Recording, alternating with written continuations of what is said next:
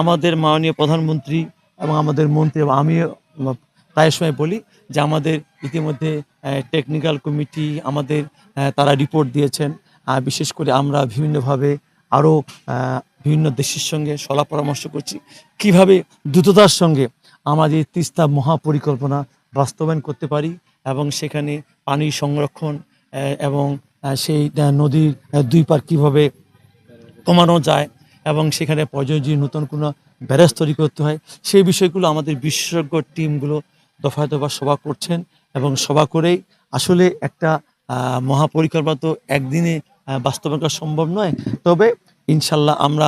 আমার বিশ্বাস আমরা পাইলটলি হলেও আমরা এই বছরের শেষের দিকে আমরা তিস্তা মহাপরিকল্পনা এই অঞ্চলের মানুষ আলোর মুখ দেবে, যার মধ্য দিয়ে এই অঞ্চলের মানুষকে